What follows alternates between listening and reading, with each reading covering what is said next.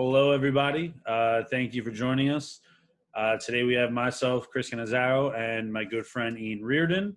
We're representing the Mental Barbell Company, Mental Performance Company, and this is kind of the first video of just a video series of two professionals that have studied athletic counseling, got our degrees in athletic counseling, just kind of discussing kind of general information, things happening in the world right now, and kind of our point of view on it. So Ian, you want to take it away and introduce yourself? Sure. Yeah. As Chris said, my name's Ian. My background was mostly in swimming. I swam all through high school and college. I was a 12-time All-American at the Division III level, national champion at the Division III level. I've been around the sport, around coaching pretty much my whole life. After graduating, I went to Springfield College, got my master's degree, as Chris said, in athletic counseling. Continued coaching all throughout, my time in school. Coached a high school team. I've coached several club teams that include, athletes from 8 and unders up to 18-year-olds. I've also coached collegiately at the Division III level in swimming, and now we're moving on to mental health or mental performance counseling, as Chris said. So that's a little bit about me. Yeah, fun stuff. A little bit about myself. Played sports in high school. Kind of had I guess you can call forced retirement, because as I went to my community college, they didn't have a football program, and kind of the same thing when I went to University of Tampa. So grew up with the love of sports. Kind of fell into athletic counseling because personally, sports to me, I kind of learned a lot about myself within the sport, how to push myself, kind of dedication over motivation, the little things that I realized have affected me long-term in my everyday life. So that's kind of how I got on the track of figuring out, like, what is sports psychology, athletic counseling, and, how did that help me? And then when I found out what it was, luckily I found Springfield College, the program, got to work hands-on with a bunch of different collegiate teams at Springfield College and other schools, high schools as well, and just kind of helped kind of reinforce the skills that you learn in sports and how those can help you both in the sport and both as a human being outside of sport. So that's kind of my quick glance at my history of, sports and how I kind of got into this field. So from here, we'll kind of go into today's topic. So we are going to kind of spend some time and talk about transition of sports and transitioning in relation to kind of what's going on with COVID and coronavirus right now. Ian, you want to kind of intro us a little more? Sure. Yeah, that's a huge topic right now. There's a lot of athletes. They're kind of stuck in a gray area of, is my season going to be canceled? Is it going to be delayed? Where does that put me, in my training? A lot of fall athletes right now are kind of in their preseason, trying to figure out, are we practicing and training for a season? Are we just kind of training for next year? If you're like a high school senior, are you going to go off to college and kind of leave your freshman season up in the air and see if it comes back? So there's definitely, I think a lot of athletes kind of struggling with that and trying to figure out, where exactly they lie. So obviously they need, support and kind of help making those types of decisions. So Chris, do you have any kind of advice for anyone that kind of finds themselves in that area of, like, my season's kind of up in the air. I don't know if it's going to be in the fall, in the spring. How do I, stay kind of on track mentally and keep on keeping on? Well, one of the biggest things, kind of identifying the issues going on is, like Ian said, people are losing a constant, and that constant is their season. So as athletes, what they do, we build a schedule around when our season will be. And now that they have this really, really, possibly really, really long extended preseason, how much longer can you train for? Are you going to burn out if you keep on training? So you kind of got to think of those things. The first thing that comes to mind is communication with the coaching staff, understanding the information the coaches are getting about whether you're going to play or not. And then if you're not going to play, talking to them about what the rest of your preseason might look like, and finding out information about whether you're going to be able to practice with the team, what legal time spent with the team will look like, for the college athletes, are you able to go back to your campus? Are you doing remote schooling, which may not allow you to do that? So becoming aware of kind of the new playing field for me, I think would be the first step. Mhm. And, once you become aware of it, then you can kind of do those little things and understand if I'm not going to go to campus and we still might have a season that starts 2 months later, like now that person will know, all right, I'll be able to train at home a little more, and maybe I can find an outdoor training facility because at least in New York, from where I'm from, we still don't have the gyms for Gen Pop aren't allowed. So to try to find an outdoor training area, with a coach, something like that might be a good idea to start with. So my first thing I would say is definitely awareness, definitely understanding the full situation at hand so you can kind of approach it with the full knowledge of what you're trying to approach. What do you think about that, Reardon? What would you add on to that? Yeah, I mean, absolutely. I think communication's huge, and just trying to figure out where everything stands. Like you said, kind of a roadmap back to your sport, but also kind of patience. I think that's like a huge thing now. Is you know, there can be a lot of frustration with like I've asked my coach 15 times about our season, and he doesn't know, and it's like you know you got to realize nobody really knows in this situation. And so being able to like take a break and realize that and just be patient with the process, and just kind of doing what you can do. Like, as you said, if gyms are closed in your area, finding a way to keep yourself, whether that be, going for runs if you're a sport that involves running, or, home workouts, really just kind of anything to keep you involved. And I would say that's like the biggest thing is just trying to stay kind of in it. It can be very easy to kind of check out and just say, well, we don't know. Right. We don't know what's going on, so I'm just gonna, sit on the couch and watch Netflix, which is a very easy route to take. But just staying involved, staying, doing, something, one thing a day to keep yourself involved, in shape, and still involved with your team, involved with your sport, in the long run. Yeah. One of the things you said that was kind of interesting was being patient.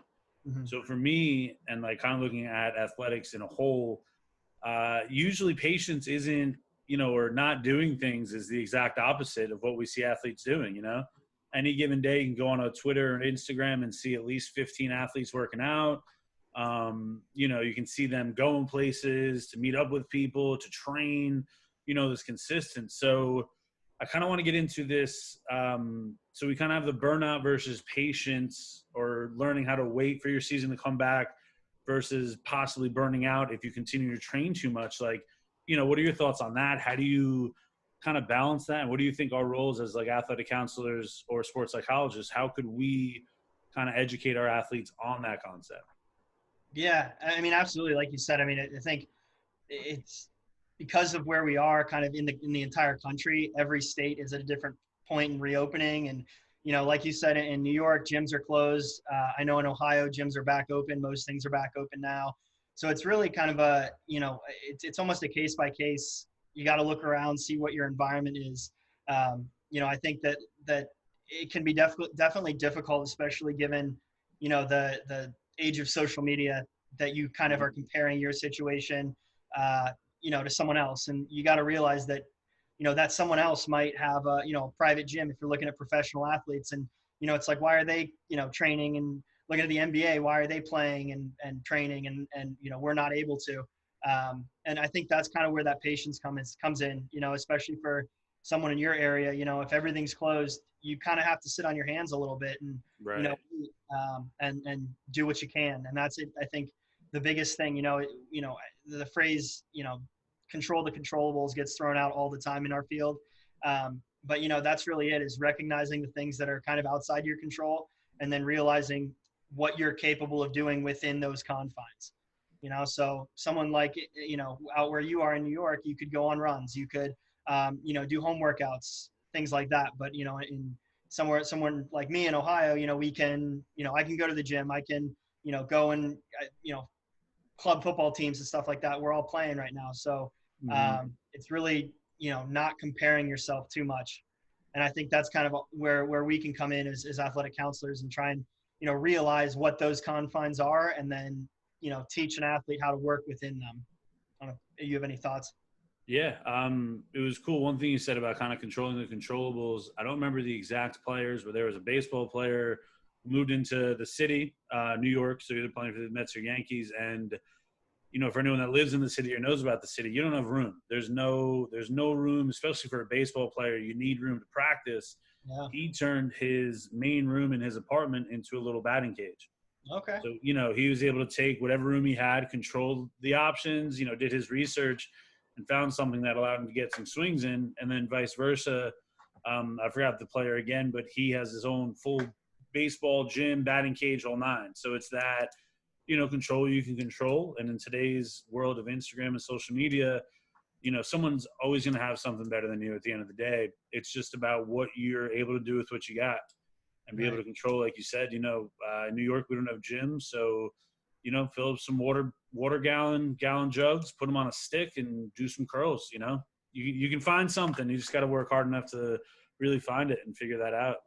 Absolutely. Yeah. And I think even like, what you said with the players that move, that are able to, transform their house into a training center. Mhm. If I'm living at home, and quarantined with my family, that might not be an option, but you can see, if I'm following that player on social media or I'm watching them take batting practice in their living room, I could be frustrated. I could feel a lot of like resentment and frustration that, I'm not, I don't have the means to do that. And I think that's something too that, um, you know, talking to someone like us or finding that outlet and finding some support, can be helpful. Because it is, it almost is like a jealousy thing. It's like, I can't, I'm not in a position to do that, but all these other people are. So am I going to be behind when sports come back? Am I, in a worse position than they are, and that kind of stuff. So, definitely realizing, those thoughts and those feelings, and then, kind of thinking about them and putting them into perspective in the perspective of your environment, is a huge thing too. Yeah, it almost sounds like you were getting to the classic what if game. What if I had a Mm, bigger apartment? What if I was able to do 10 more reps a day? What if this? What if that? So, yeah, it's tough to control the mind in this time when control is very far and few. So absolutely. being able to just focus in on what you do have, and that, like you said, that's where kind of our role would come in as mental health counselors or performance counselors, mental performance counselors. Our job is to help you get to a point where you feel like you can perform the best. And sometimes that means clipping the anxiety you have about your setup. Sometimes that means hyping you up about what you have compared to others and realizing you may not have the fanciest new versions of everything, but being able to just work alone with someone's dedication, like that can drive you to be successful Right. for sure. Yeah, and kind of along those lines too, there are things that you can do completely without equipment. We Mm. talk about some of the mental skills, you and I do all the time. Like, you can practice visualization literally with nothing. So, visualization, you can practice your pregame, or performance ritual. I remember, when I was a swimmer, I took a whole summer off of competing, and so I just trained, but I missed that aspect of competition so much that I literally would kind of walk myself through like a pre-meet or pre-race kind of ritual, and I put Okay. myself up. I'd listen to the same music, just to get that feeling again. Kind of, it's almost like a dry run, get the reps in for performance, and that's something that really kind of kept me sane. It's like, why am I busting my butt every day practicing, and I'm not going to even get to perform or compete at all. But it was definitely something that I could do without going to a meet or without actually racing. Right. And it's cool because what we've learned through our education is that the brain can't really tell the difference between real and fake. So, whether you were in a meet, let's say you were in a meet with everyone there, fans, other competitors, whatnot, your brain will recognize that meet and you'll feel the physiological things with it, heart rate, all that fun stuff. But you can almost manipulate yourself and your brain to believe that you're in that setting, even with no one there. Right. So by doing those dry runs, you're giving yourself, the classic quote, never have your first time be the first time. Hmm. So you're not stepping on that block for the first time when competition comes because you were doing all these dry runs prior, at home by yourself. Right. So even though, no one's there, you can still get that quality of practice or quality of a quote unquote fake performance. Hmm. It's just being able to set your mind to that level, being able to put yourself in that position. Yeah. One of the cooler things I remember from my time, whenever we would end practice in high school football, coaches would bring up, usually linemen because we're notorious for not having good hands, and they would have either the punter or the quarterback either punt the ball or kick a ball, throw a ball far as hell and try and make us catch it. And that's a great practice. Coach may not have realized it at the time. This was just to see if we were going to run or not. Mm. But for us, for linemen being put in this limelight in a position of something we're normally not supposed to do, we're dealing with that heart rate. We're dealing with performance anxiety. So that was a great way to get a practice run at being in the limelight. Hmm. So it's those things like at home, the being able to image and imagine the competition, or for the individual sports, just your setup. I feel like that's something that you can kind of really practice a lot. And I'm sure, you touched on a little bit with swimming, but I'm sure you can kind of touch on that a little more between coaching and being an athlete, an individual athlete. Yeah, absolutely. Yeah. And I think even like, we're talking about kind of transitions that are almost forced, right? With, your season being canceled, your season being postponed. But there's a lot of similarities that with like an athlete that's undergone, either a season or even a career ending injury.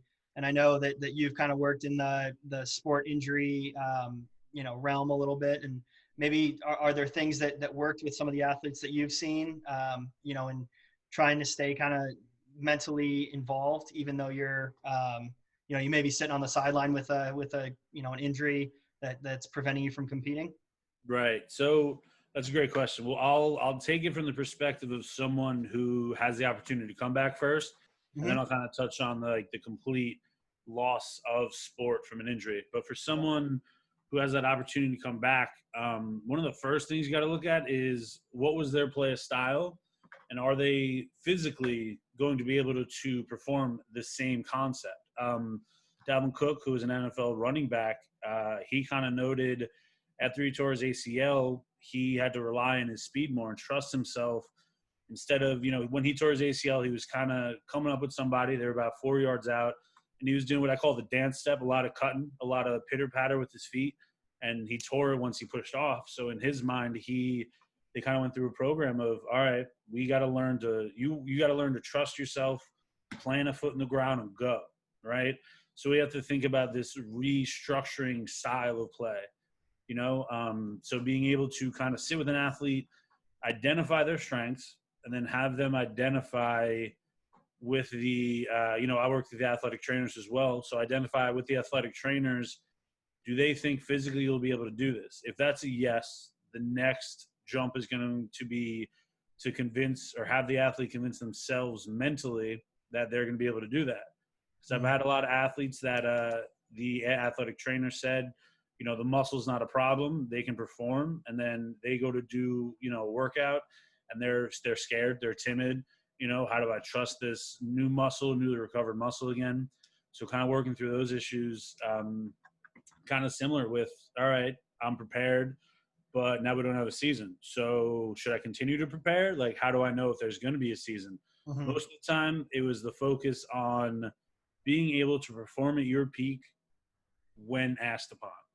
Mm. So for an injured athlete, if their goal was to come back, the last 2 games of the season, then that was our goal. We weren't worried about what they felt like 6 weeks out. We weren't worried about 4 weeks out. Our main focus was that 2 week mark, out away from the end of the season when their coach kind of expected them to come back. Mm-hmm. And it's the same thing with kind of being without a season. When should I be ready to come back? So having that unknown's tough, but you can kind of set yourself a marker of, I know for myself, I need to be able to hit A, B, C, and D at this point in an off season. So if you can kind of figure out those measurements for yourself and give yourself markers, as long as you see success and a rising in performance, to me, in those roles in sport injury kind of rehab sessions, that was the biggest thing. Just continue to build on your success, Mm-hmm. not necessarily dwelling about how far away your comeback is. When, for this instance, when your season's going to be, just continue to get better and reach those marks that you want to reach. And that kind of goes back, we're kind of meshing a lot of mental skills here because that's goal setting, and that's starting from day one, goal setting with the AT and the athlete. That's also imagery you can use. That's also kind of working on the mental mindset because you can go in there. I've had athletes when we did the CER clinic at Springfield. Unfortunately, I was in the 8 a.m. session, so I was shot. But I try to put on a smile, and you get some athletes moseying on in at 8:10, not ready to start training and getting better. So you got to work on those little mental skills and mental aptitudes of, all right, I got to treat this 8 a.m. session like a regular 4 p.m. practice. And you got to, it's that mental switch of this is a new journey and I have to bring the same fire I would bring into a practice. Sure. So with these practices where they don't have an end game of when our sport's going to be, I still got to bring that fire and I still got to be prepared. If we get a phone call saying tomorrow the league's open and we got a game Friday, sweet, I know I'm prepared. Or if we get a phone call that says, hey, league's pushed off for another 2 months, sweet, I'm prepared now and I know how to be prepared for that 2-month mark. Sure. Yeah, and I think you hit on some really important there. That's that idea of like trust. You with an injured athlete, it's trusting the injured, the injured body part or the injured, the movement or whatever that you would be able to complete. But in the current times, it's almost like trusting that your season will happen, and that's something that, athletes don't often, that's not something that we have to worry about. Right. It's your season, like you said earlier, it's a constant every year. It's the same, 3 or 4 months, 5 months. And so you kind of count on that. And now all of a sudden that's, been pulled out from under you. And so it's learning to kind of, reshape and reformat your thinking about training and your thinking about the season. And that's huge. I think that's, and then, even if you extend it out a year from now, it's can I trust that my season's going to happen, in a year? And right. that, you're looking at like the Olympic athletes right now, some of these guys train for obviously 4 years, but a lifetime's worth of training building up for this huge kind of pinnacle performance. And then all of a sudden it gets moved or canceled or pushed off to a later date. And it's like, well, it's hard to trust that will happen. And so maybe I'm an athlete that's struggling with that. Do you have kind of any advice for me or how do I stay positive and kind of continue on? Yeah. So while you were talking about that, a couple of things popped in my head. One was kind of how this can almost be a blessing in disguise because a lot of the times, let's hop outside of the realm of sports. In school and at work, you can be given, all right, Ian and Chris, you guys have a class project due, I don't know, at the end of the semester, right? And then, so we have a game plan. We're like, all right, we'll meet every Friday leading up to that. I get sick. I got mono. I'm down for a month, right? So like the situation changes. Okay, Ian, how can you continue working and how can I still be effective not seeing you? We come up with a new game plan. Ian got stuck in Ohio during a spring break. He can't make it back for another month because of whatever. So in life, you're going to have things that you think are constant change, right? Mm-hmm. So this is almost a blessing in disguise because now through sport, we have millions of people who get to learn this lesson. And they get to learn like, all right, something that I always knew as a constant, if you have a football player who's been playing Pee-wee since they were young, that season's been the same for now 10, 12 years. Mm-hmm. So one of the things, and another thing that came in kind of to answer your question, you don't have to get ready if you're always stay ready. Okay. That's something I kind of learned, and I like that quote a lot. And I think about it because it's true. If I were to get a call today and it was, hey, Chris, we'd love to have you as a mental performance coach on Team X. Did 2 years of school for that. I did a third year at Springfield for mental health. At the same time, was still helping out the athletic counseling program, was still working with kids in the program, and was still doing stuff on the side. So even though my third year and this year, not being in school, they weren't focused on mental performance, I was still training. And I'm still, in my eyes, I'm ready to get a phone call. And if I got to go work tomorrow, boom, I'm good. Mm-hmm. So when you think about that in the realm of sports, That's as simple as, and this goes back to the other skills, goal setting. If I'm a basketball player, we'll use middle school going to high school, and I know a lot about myself. I know I have a weak right hand. I know my crossover left to right's not good, and I know my jump shot from the elbow is not good. Well, now I have three things that I can work on, and with the season being pushed back possibly, okay, I have a little extra time. So now all that work I've been putting in the summer, I can just double up. So it's kind of being able to put a positive spin on these things that aren't necessarily positive, Mm-hmm. but give you a positive opportunity, if that makes sense. Whereas we'll stick to the football example because that season's getting canceled a lot. So that kid that's middle school to high school, I wasn't I'm really strong. I don't have finesse skills for the D line. So now they can take this time and work on those finesse skills. So, and something that's in my kind of DNA of working with athletes or anybody, it's this motivational interviewing, positive mindset. At the end of the day, you're winning. If you're breathing, you're winning. You know what I'm saying? So, yeah, your season might have got canceled for, let's say, got pushed back 2 months, or let's say, in New York, some of the options are doing all seasons in springtime and doing really small chunks. Well, dang, if you're a three-sport athlete, that may seem daunting off the rip, but now you get an opportunity to kind of showcase your skills when you don't have a lot of time to prepare, and you can use this time to prepare for all three. So maybe you can turn that into a positive, and when you go for recruiting trips, go, hey, school X, I was able to play baseball, basketball, and football and still perform in all these under, extreme circumstances. Like, that's a strength I have. So by being able to flip a positive and by being able to just use this time positively and effectively, Mm-hmm. you got to realize you thought you were going to play, but now you get an extra 3 weeks of practice. And, we both know practice is where you make the money. Mm-hmm. Practice is where you learn those skills that'll make you different and stand out from everyone else. Yeah, I think that's huge. That's a great point of just like, the positive mindset of things. It's so easy. I mean, it's the easy road to take to start getting negative, and like the thought process comes almost naturally to everyone. It's like, well, my season got canceled. I might as well just do nothing. Nothing matters. I have a whole year until next season. I'm going to sit and do nothing and kind of almost pout about it. And that's huge to try and, see this as a positive opportunity. I know one of the world's strongest man competitors, Matusz Kieliszkowski, he's taken this time to heal injuries.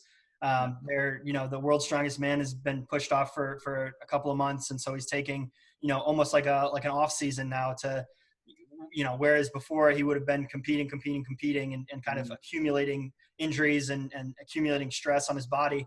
And so, taking this time to figure out exactly what you need, like you said, to work on maybe some lagging skills, or heal an injury, or try and sharpen up your mental game, whatever that may be, but find something that you can do, because like you said, you're breathing, you're winning. There's something that you can do every day to get better. Something as simple as increasing your flexibility, Right. working on imagery and learning how to the proprioceptive visualization, that kind of stuff. It's something you can do without a batting cage in your living room. You know what I mean? Right. Some two cool examples.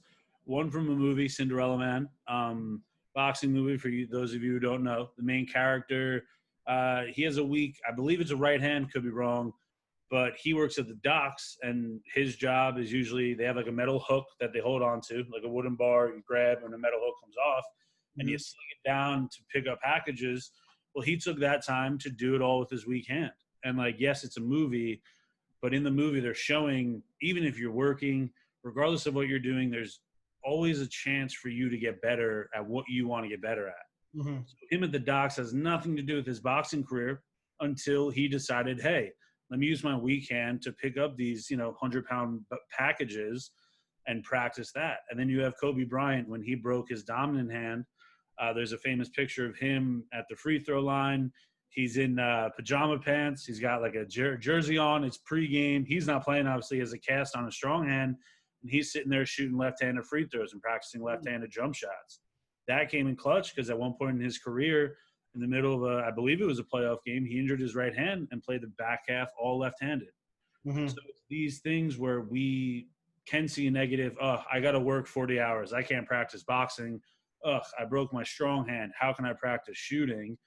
And we flip that into a positive. Oh, sweet. I can use my weak hand to pick up these heavy boxes at the dock to get it stronger for a lead jab or a lead hook.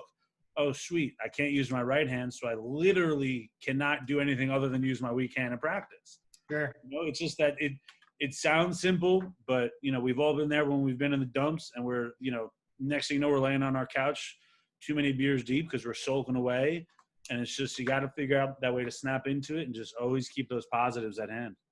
Yeah, absolutely. And to kind of bring it back to our topic, the idea of transitioning from, one kind of goal, right? Like if you're, a baseball player, your goal is kind of the season, making the playoffs, that kind of like those are your big goals. And so when that's taken away from you, transitioning your goals into something, something different.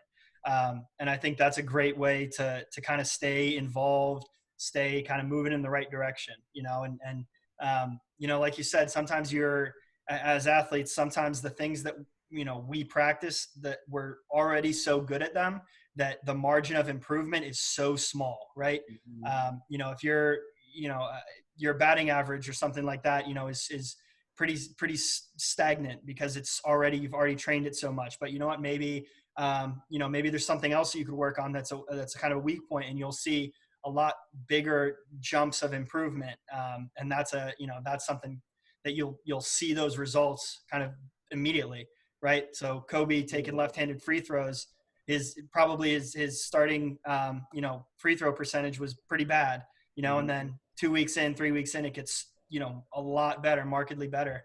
And that's a great way to keep that positive mindset and to, keep getting better. Yeah, and something especially talking about Kobe, something that's going to be highlighted throughout this, since COVID started and was affecting sport and until it's done. And I mean, it's the effect of it on sports is going to be a while, but we can go into that another day. It's the concept of motivation versus dedication, Mm-hmm. and so we'll break it down in my terms, in my eyes. Motivation is that rowdy, let's go, we're going to do this, motivational quotes. You see those a lot on different Instagrams, or like, I know I have a couple hanging in walls around my house, stuff like that, versus dedication, which to me is more that innate internal drive to get you to do the things you don't want to do. Yeah. Kobe Bryant, I was watching a video yesterday. He was talking about how he figured out he's going to start practicing it 3 times a week, 3 times a day. He's going to do a session he's going to wake up at 4, do a session at 5 for 2 hours, go home, break, do a session at 9 for 2 hours, go home, break, then do a session at like 5, let's say. Mm-hmm. And his thought process was, if I do this 3 workouts for my first year until, first 5 years of my career, that difference, we stack 2 versus stacking 3, right? That difference is slowly going to cause this huge visible difference. And he was saying, by the time my 5th year comes around, the separation is going to be so far gone. These dudes can start working out 4 times a day and still can't touch me.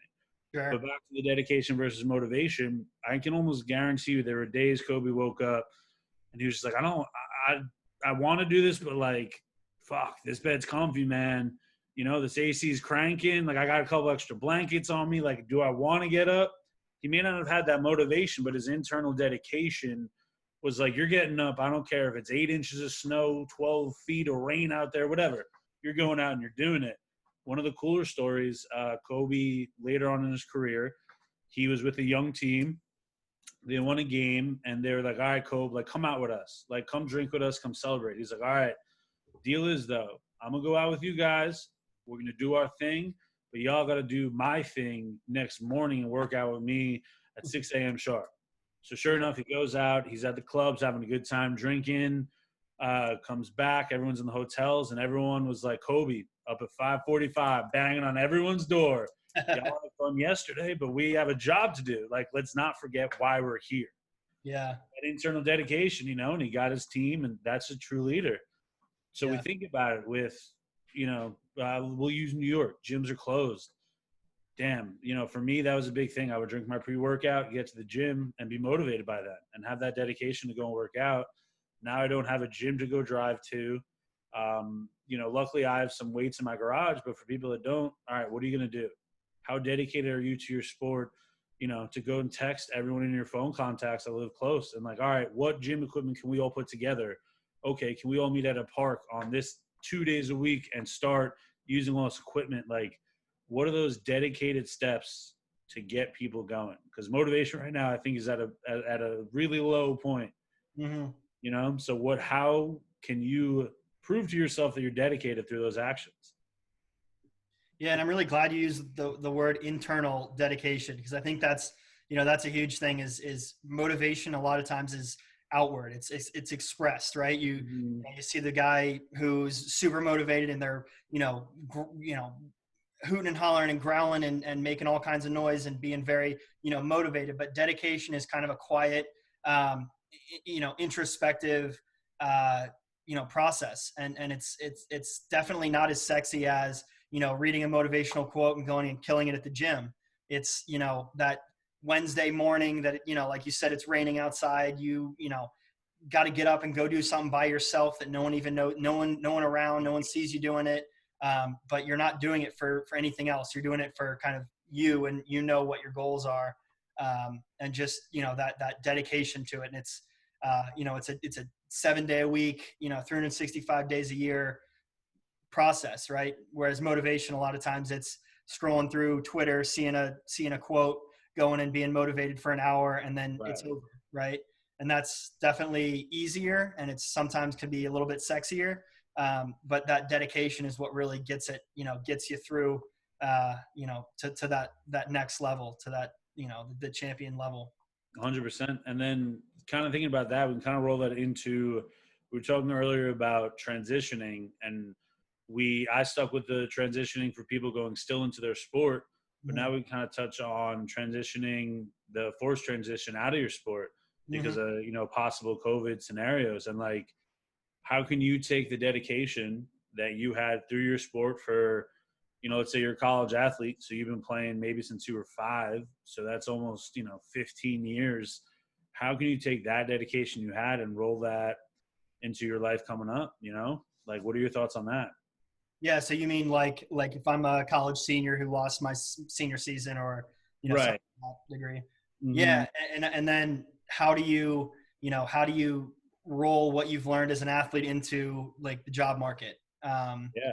I think that's huge, and I think it's really kind of an introspective process. Like I said, again, you got to kind of figure out, who you were as an athlete, what made you a great athlete, and then learning how to transition those skills into the job market. And so, if I'm a quarterback, and I've always kind of prided myself on great communication with my team, great leadership ability to kind of rally my team around a common goal. How do you transition that into a corporate setting, Yeah. right?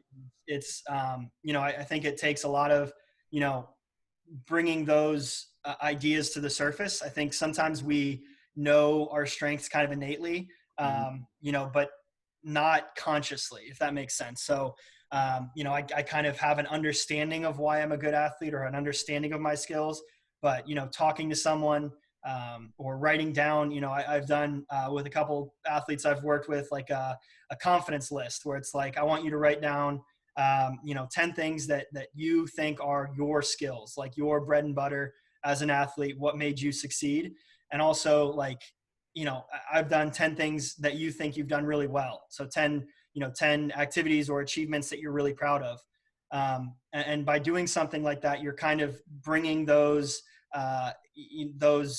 skills and those strengths to the surface. And then you can kind of take that and then apply it to working in an office, or kind of the corporate setting of the job market. Yeah, and you hit the nail on the head for me personally. The awareness part is the biggest thing ever. Because that's a lot of the times when I would sit with athletes and meet with them, they weren't aware of half the skills they already used. And Mhm. when we start meeting with athletes, one of the first things we tell them, and I know I tell them, you're a master of you. My goal isn't to come in here and start preaching to you all these skills that I think will work for you. My goal when we meet is to give you a tool shed, right? I'm going to show you all these different tools you can use. Hmm. And then, it's up to you to take them and work on yourself. I always use the example of like, if you have a farm, my goal is the person I want to set you up with that farm. I'm going to give you a farm. I'm going to give you every tool known to mankind. And it's up to you. Maybe you don't work well with the metal rake, but you work well with the backhoe, Sure. So I'll try them. I'll throw out the ones I don't like, and then I'll use them. And that all starts with awareness, because if we don't educate the athletes on their different tools, on the different skills they use, or bring awareness to what they already use that's working or not working, we can't force feed them information. So, Hmm. like you said, that beginning, and I like what you said with the strengths list, just making them aware of the skills they use. Because once you plant that seed and, someone understands, like, oh, wow, I am a good leader. Maybe I wonder why. And then they sit and they go, I'm like kind of empathetic. Like, I didn't even know that was a word 2 months ago before I was meeting with this guy. And here I am, like, realizing I use it every day. Yeah. So it's that, again, the awareness is key, because once you're aware of it, then you can build off of it, you can change it, you can make it your own. So Yeah. I Absolutely. definitely agree with you there. That's a huge one for Yeah. sure. And then it's then, athletes, a lot of times, what I found in my experience, as an athlete and working with them, you know, we're kind of masters of a lot of skills, but Mm-hmm. we don't actively try, we don't actively think about it. Right. So, I think if you ask any athlete who's ever lived, they've had a goal, right? They've had goals. You wouldn't be an athlete without goals, right? Right. You wouldn't be able to train and do what you do without having kind of an end goal in mind. But a lot of times we're very, we struggle with actually putting them in words. What are your goals?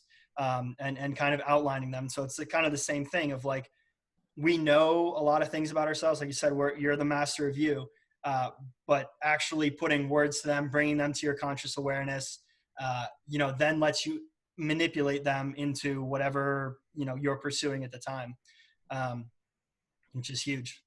Yeah, totally. Yeah, you hit the nail on the head. And the awareness part goes right into like the career field, like working with seniors or fourth year, fifth year students. Um, a lot of the times, I don't want to say all the time, but a lot of the times, athletes will kind of do sports first and then pick a random career or a random major. And then they kind of wake up, and that's a conversation that as athletic counselors we have usually try to get it with first, second year students of these student athletes. Like, you signed up for a communications major. What do you want to do with that? And it's okay, so like let's explore what you like, because when you become a fourth or fifth year and your career ends, like your sport, I should say, ends, your job career is going to be that 80% of your life, 70% of your life.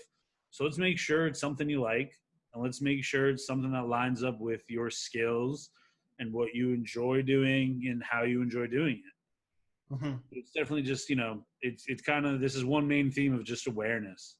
Because if you don't know what you like, about being on the football team, then trying to figure out what you like about working in a corporate setting or maybe a blue collar setting is going to be a little harder too.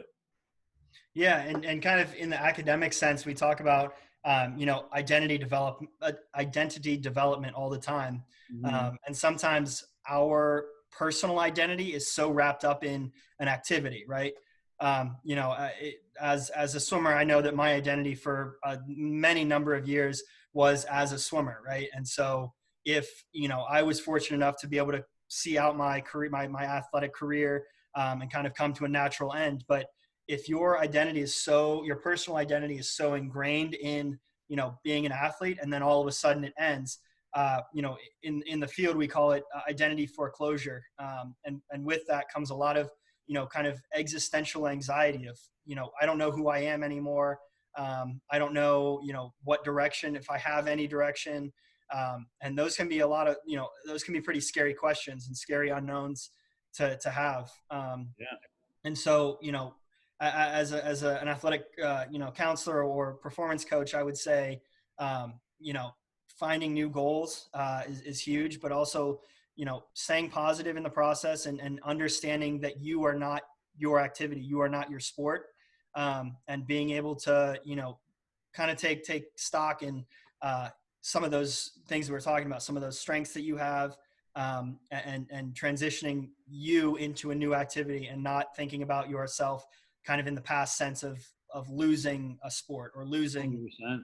Yeah. It's cool you bring that up because right around when J.R. Smith got signed by the Lakers, he was on with Pat McAfee on his podcast, and they were just talking, and J.R. was kind of saying how like this was a tough time not being signed, and like he just views himself as a basketball player, and like to him that was all he was, and it was Mhm. cool to see Pat McAfee kind of reassure him and tell him like, hey man, you're not just a basketball player, like you're a father, you're a community leader, like so it's definitely real. Like it's a real thing, all the way up to these athletes, they are their sport a lot of the times. And it's hard to understand what are the other things I like. One of the things I always did working with the football team, we had a couple student athletes who like to write poetry and rap a lot. So I would always, before we had a conversation about sports, I would always try to understand more about their other passions. Mhm. Why do you like drawing? Why are you so inclined to music? Like, is there a way you can continue doing this passion of yours without, it being a burden or whatever it may be? Like, what are these things that make you you outside of this main realm? And it's crazy because when we think about it a lot in athletics, whether it's professional, even high school and college, I remember in high school, I was a football player. I wasn't, an 11th grader who enjoyed playing drums or whatever it may be. I was a football player. I had the jacket to show it. All throughout the summer, a lot of the activities, we had car washes to raise money. We had practices, we had this, we had that, but it was always branded as a football player. So this is kind of a good question. When do you think would be a good time to help explore the other avenues of who you are as a person and your identity, and how can we kind of reinforce that as athletic counselors in our roles? Yeah, I think that's huge. It's definitely something that I've run into a lot. I one area I think when I was a collegiate athlete, our athletic department they basically your senior year you enter into like a program of I don't remember what they called it, but it was like transitioning out of your sport, and I Okay, thought it that's was pretty cool. I thought it was on paper I think it sounds like a really good program, Mhm. but what I kind of thought thought of it as was like you're a senior and it's to me it was my like penultimate goal to be like a student athlete. Like it's my senior year, I'm gonna have a great season. And then here, your athletic department is kind of scrambling and being like, oh, we got to prepare you for other things. Like yeah, your Right. sport's important, but like now, you're gonna be an adult. It's not as important as you think. And it always struck me as kind of too late, right? Like Mm. a year away from the end of your sport, you're throwing in now a new. It's almost a distraction, right? Not only do you have to deal with, you know, the performance side of your senior year, you're supposed to be the star of the team, but now they're also being like, you got to find other hobbies, you got to do other Like, things. holy stress, man. Jeez. Yeah, and so I definitely think um, it's the role of coaches. I think it's the role of parents, and then certainly the role of if someone were to pursue a performance coach like us, to kind of encourage someone not to just be one thing. I think Mhm. it's very easy to get sucked into one identity and one athletic identity in particular, but understanding that you can have a healthy balance of other things in your life, and being supported in other interests, other ventures, right? Like you said, poetry, that's not something that I immediately associate with a football player. Right. Um, but like if I'm a football coach and I hear about that, like encourage, support that idea. And I think the more well-rounded of a person you are, the more I think the better of an athlete you're going to be, because you're not going to have that mental burnout. But then also the more well-suited you are for the future. And so I think it's really kind of there's not a good time to start it, but it's whenever you start to find yourself interested in other things, being allowed that room to kind of explore those ventures. So, I Nice. think, yeah, I mean, if that answers your question, I think kind of scrambling at the last minute to make you pursue things is a little bit difficult, but it's definitely kind of a lifelong process. Yeah, so it's more of there's not a set time at like age 6 introduce something not sport related versus if your child, at that young of an age, or if you're a coach, like you said, or whoever, if you're a mental performance coach working with teams, be aware of the other things outside of sport that they appreciate and enjoy, and just kind of try to put a light on that. Right. Kind of like subliminally show them that, yes, we've asked you to dedicate, for college, 4 years to mostly sport. We also value you as a human being and realize this journey is going to end, and we don't want to leave you high and dry. Right. Yeah, it's cool too because we were trained, kind of to use a holistic approach, and just that word's used 1,000 times over and over. In essence, it's understanding that if we want you to perform in area A, the areas of B and C are going to affect A. It's the classic Venn diagram. If you got a cloud over your personal life, that's going to kind of bring a couple raindrops into sport and academic. And you can kind of use that example for anything else. So when we sit here and we just kind of went on a whole spiel about something not even sport related, but that's because that's so important to the athlete to be healthy in general, and that general health will help perform or help them perform when they need to. Yeah, absolutely. And I think you kind of hit the nail on the head there with the idea of the holistic approach. And I think a lot of people kind of compartmentalize things. And so, you think like I had a really hard workout, my body, to put it in kind of common terms, when you're doing workouts, when you're having practices and you're sore, that's stress, right? That's stress that you're putting on your body. It's stress that you're putting on kind of your, your emotional state, your mental state. But then also that doesn't just stop, when your 2-hour practice is done. That's something that you carry with you throughout the day. And then, you go home and you have, you're failing classes or you're struggling in classes. That's extra stress. And then you get in a fight with your parents. That's extra stress. And all those things, all those things accumulate over the course of, a day, a week, a season. And then they're kind of a detriment to performance in the most simple terms. And so, yeah, looking at kind of the person as as a whole being and not just an athlete. And I think that's, it's important for coaches to understand that. I think it's important for parents to also support that idea and understanding that athlete as a whole person and not just, a football player or, an athlete. Yeah, something that it was kind of a quote. I'm gonna, it's not gonna be identical. I don't remember it off the top of my head, but it was a YouTube video I was watching, and the person was talking about, we're kind of told and we're kind of trained at a young age to like have a work-life balance, but work is part of our lives. If you look at a traditional 9 to 5, that's 8 hours. That's a third of your day. That's 33% of your life, more or less, that you'll be working. So to say, they don't bounce off of each other is kind of rubbish. Yeah. Your work is your life.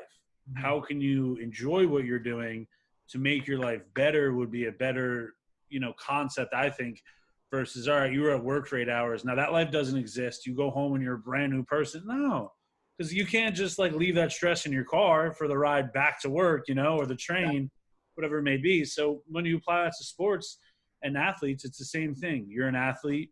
And yeah, that's going to take up probably a good 30-40% of your life. And then you have to, for some professionals, you're a father or a mother, you're a grandparent, maybe if you're old enough, you have all these other outlets of life that we got to, I think, stop looking at it as being different compartments, but looking at it in that holistic and complete approach of a human being. Because I know, for myself, if I wake up grumpy when I go to work out, I'm not automatically happy. Like, right. I still got to work through those emotions to get to a state where I can be able to do my workout efficiently enough where I appreciate it and then roll on. So it's not me forgetting about that, but it's more of you working through it. And again, I think that comes back to why us as mental performance counselors and this field of mental health in general is so important. Absolutely. And I the idea of the compartmentalized identities, I think that you're kind of hitting on there is huge. Like, you're not just an athlete when you're practice. You're not just a student at school. You're not just a son when you're at home. it's, it's your identity. It supersedes all those other facets of your life, and I think kind of an interesting, I guess we can call it like a cautionary tale if you want to, is Michael Phelps. He from a very, very young age was kind of pegged as like, you're going to be an Olympic superstar, and this is just from his biography, but he took the easier classes all through elementary school and high school, so he wouldn't have Yeah. homework to do. He would prioritize practices from the time he was like 10 years old over school and over everything else. And for everything that he achieved as an athlete, which is immeasurable. He still had some substance use issues. He had issues with depression. I believe there was a suicide attempt. And he talks about it. There's a new documentary coming out. I think it's called The Weight of Gold. Um, there's a trailer out on it on YouTube, but it's about that, of like, the weight of being an elite athlete, and where you've put so much of your life in that one box that then you've kind of neglected a lot of the other aspects of your life. And with that comes I guess the concept's called like post-Olympic depression, right? And so after the Olympics, where you have put all of your life in this one box, and then it ends, and then you're kind of left with like, well, now what? Like, I did that thing that I've been training for 20 years. Now who am I? What do I do? Like, it's now that, the week after you've come home from, Beijing, and you're like laying in bed, and you're like, what, I've got 4 years before I can feel like myself again. It's Right. definitely a huge problem. It's interesting, and I think that's why I think we see a lot of professional athletes go into coaching, or head coaching or front office things, because sports is what they've known, and maybe for them they've realized, someone were lucky enough to realize they'd be a good coach or whatever it may be. But it's that, like you said, especially for the Olympics, because you got 4 years, man. That's a long time. 4 years of just consistent training, and just thinking about the athletes that don't even make it, that don't even make the qualifiers and get to take that trip out. Like, who are you? You trained to be this Olympic athlete, and then you fell short of your goal. How do you identify, how do you bounce back from that? How do you be a human being? Absolutely. It's a really interesting concept. Yeah, and I think it really, someone like myself or you, in this role, I think we can kind of serve as a really positive force for someone like that to kind of rediscover their personal identity, and obviously cope with some of the emotional and psychological states that come along with that identity foreclosure. But it's definitely a process, and it's something that doesn't just happen, right? You gotta, like we said earlier, you got to bring those feelings to kind of conscious awareness Mhm. to actually cope with them and kind of move on. Yeah. It's cool thinking too. Shaq popped up in my mind right away. He's an analyst on the TNT halftime show. He did a couple of DJ sets at different like clubs and stuff. And even during his career, he was a rapper. So when we look at Shaq, he was able to kind of find these things he liked, and he's a phenom. Everyone knows who Shaq is, so he was able to continue to do the things he loved and still be himself.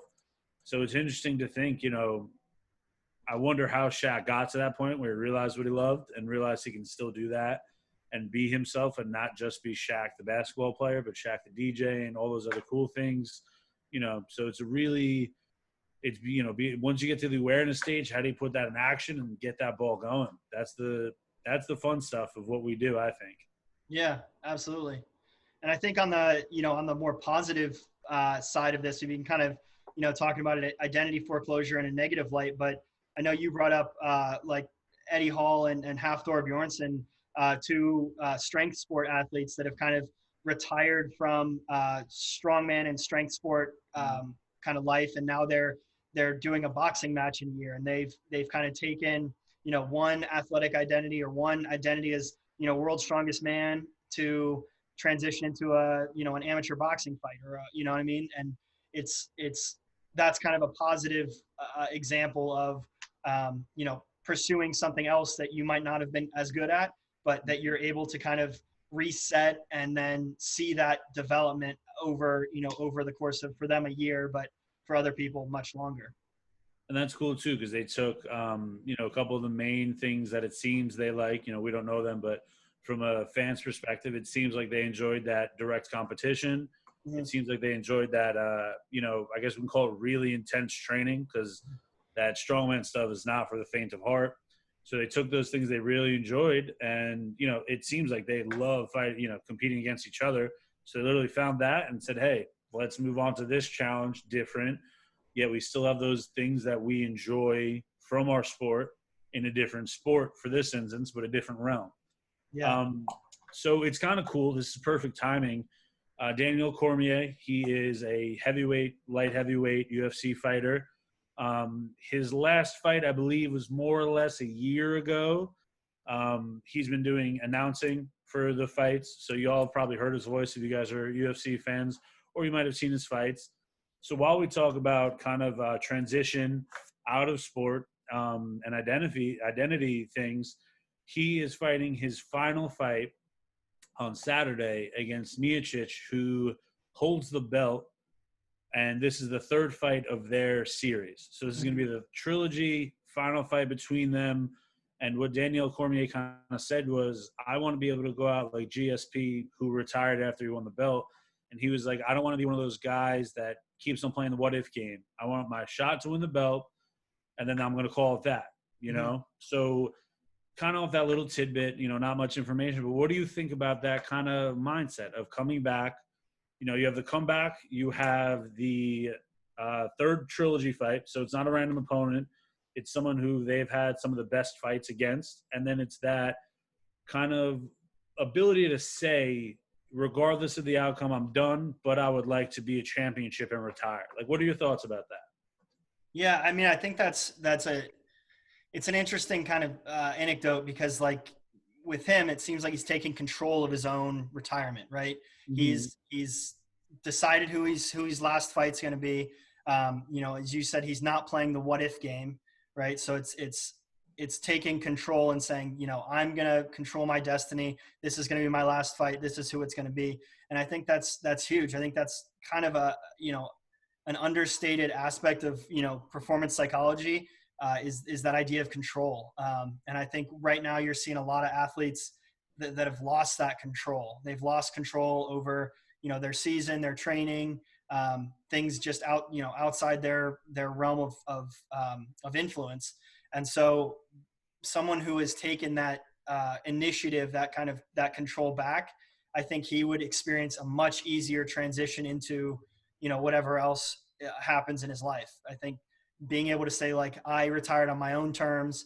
I wasn't forced out of it. I wasn't injured and forced to retire. So I Right. think that idea of control is huge, and wherever you can find control, I think it's important to take it. It feeling that loss of control, or feeling like you're being controlled by external forces, comes with a lot of psychological disturbances, right? You feel anxious, you feel sometimes depressed if you're forced to retire, but taking back that control for yourself can definitely help alleviate a lot of those feelings. Yeah, I agree with what you said. And it's cool too, because after his first retirement, he went to announcing, and he just sounds like he's been doing it forever. Mm-hmm. So it was cool to see him, as a fan, find his niche post sports. And it was cool to still be able to enjoy his commentary and him as an athlete and a person, beyond just fighting. Right. Yeah. Yeah, absolutely.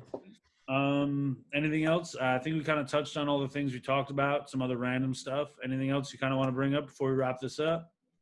Yeah, I mean, maybe we could just kind of summarize everything we talked about, just for the athlete that's sitting here watching and struggling with some of these things. The topic was transitions, and so these transitionary periods can be very very difficult sometimes. And I think a lot of people are kind of in the throes of it now. So maybe kind of your parting thoughts about what the most important thing to keep in mind, keep into perspective, um, and kind of what your advice for a young athlete who's kind of in transition phase in their career. Yeah. It would definitely start with awareness of self and understanding, what can I do in this downtime? Definitely communication, I think, is another big one. So we got awareness and communication. Communication, whether that's with your coach figuring out schedules, whether that's with your teammates you're around, whether that's with a training partner, whether that's with a psychologist, whatever it may be. If you can continue to communicate well during this time, that'd be great. And then, kind of going back to the awareness, it's also that positive mindset. Like we spoke about earlier, stuff's going to happen. We never know what's always going to happen. We have these things that we depend on, but they might be gone in a matter of one disease spreading around the world, sports. So it's having a positive reality and realizing, if I wake up every day breathing and if I can't play my sport, it's still a positive outcome because I'm alive. And realizing that gives you a realization as to how lucky you are to continue to be able to do your sport, even though there may not be a season. Some people can't even play sports, man. So it's that, and then hone in on your dedication versus motivation. And for people that are listening and kind of don't understand that, we'll add our email link on the bottom. Feel free to reach out. We can do a video chat like this with you and have a quick little 30-minute session about it.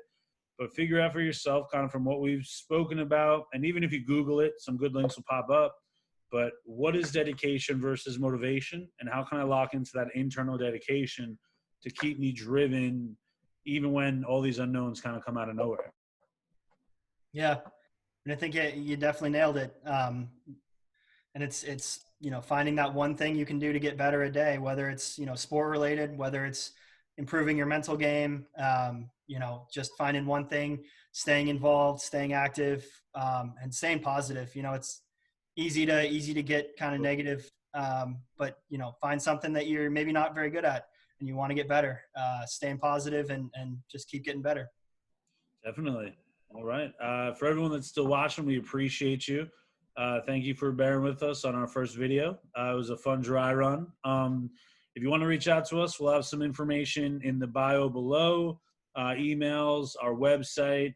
And yeah, we have kind of for anybody, feel free to reach out. We have no problem hopping on a quick video session with you, kind of giving you more understanding of what mental sports or mental skills are, what a mental performance coach does. So yeah, feel free to reach out and drop some questions, and we'd love to answer those questions in our next video. So we appreciate you guys. Ian, a pleasure as always, bud. Absolutely. Take care, man. You too, brother.